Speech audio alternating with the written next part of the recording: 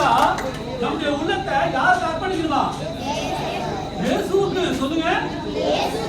ஏசப்பா நம்ம கிட்ட போய் காசு கொண்டு வா, உங்க வீட்டுல இருக்க பிச்சை கொண்டு வா, வாஷிங் மிஷினை கொண்டு வா, நிறைய பொருள்லாம் கொண்டுட்டு வா அப்படிலாம் ஏசப்பா கேட்க மாட்டாரு. சரிங்களா? ஏசப்பா நம்மகிட்ட எதிர்பார்க்கறது எல்லாம் ஒன்னே ஒண்ணுதான். சொல்லுங்க. ஒன்னே ஒண்ணுதான். ஆனா வாயத்துக்கு சொல்லுங்கப்பா. ஒன்னே ஒண்ணுதான். கண்ணே கண்ணுதான். அதுதான் ஓ மனசு, ஓ உள்ளம். அதுதான் கேட்கிறாரு. வேற என்னத்தையா கேட்கிறாரு? அதுக்கு போய் பாங்க ஏசப்பா நான் தரவே மாட்டேன். என் மனசு என் உள்ளத்தை நான் வேற யாருக்கோ கொடுத்துட்டேன். இனிமேல் உங்களுக்கு நான் தர மாட்டேவே மாட்டேன். என் உள்ளத்துல உங்களுக்கு இடமே இல்லைன்னு இனிமே யாரும் என்ன பண்ணக்கூடாது?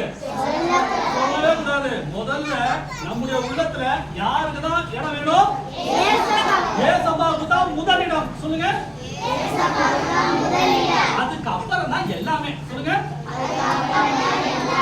ஏன்னா நம்மை உண்டாக்குனவரோ உருவாக்குனவரோ நம்மை வாழ வைப்பவரோ யார்தான்? ஏசப்பா தான். நம்மளதான் உண்டாக்குனது யாரு? அவர் இல்லைன்னா நாம ஒண்ணுமே இல்லை.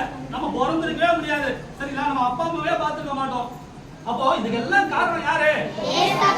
ஏசப்பா தான். அந்த ஏசப்பாவுக்கு எப்பொழுதுமே நாம நன்றி உள்ளவர்களா அன்பு உள்ளவர்களா இருந்தோம் அப்படின்னு நினைச்சீங்களேன், நம்முடைய வாழ்க்கையில எல்லா சூழ்நிலைகளிலும் நமக்கு என்ன கிடைக்கும்? சொல்லுங்க. சந்தோஷம், சமாதானம், நிம்மதி, பேரின்பம் இதெல்லாம் உங்களுக்கு கிடைக்கும். புரியுதுங்களா? நிறைய குடும்பத்துல என்ன இல்ல? சொல்லுங்க. சந்தோஷமே இல்ல. சொல்லுங்க. சிரிப்பே இல்ல. சிரிப்பு சத்தம் ஒவ்வொரு வீட்டுல கேட்டுச்சுன்னா எவ்வளவு நல்லா இருக்கும். இப்ப பார்த்தா ஒவ்வொரு வீட்லயும் பார்த்தா வீட்டை திறந்து கூட பார்க்க வேணாம். நீங்க ரோட்ல நீங்க நடந்து போனீங்கனாலே போதும், ஒவ்வொரு வீட்டுல டமா டுமின்னு சத்தம் கேட்குது.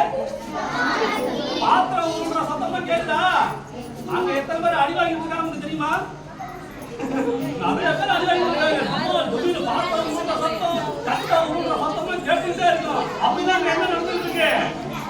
சிரிப்பு சத்தம் கேட்கல. என்ன சத்தம் கேட்குது? யாரோ அடி வாங்குறாங்க, யாரோ ஒருவருக்கு அடி கொடுத்துருக்காங்கன்னு அர்த்தம். எத்தனை பேர் வீட்டுல நடந்துட்டு இருக்கு? நீங்க அமைதியா இருக்கிற பார்த்தா அண்ணன் எங்க வீட்டையும் தொடர்ந்து நடந்துட்டு இருக்கீங்க அப்படின்னு சொல்றீங்களா? யார் யார் வீட்டுல சண்டையா இருக்கு? சும்மா சொல்லுங்க. நான் வெளியில யாரையும் சொல்ல மாட்டேன். என் வைஃப் சொல்லவே மாட்டேன்.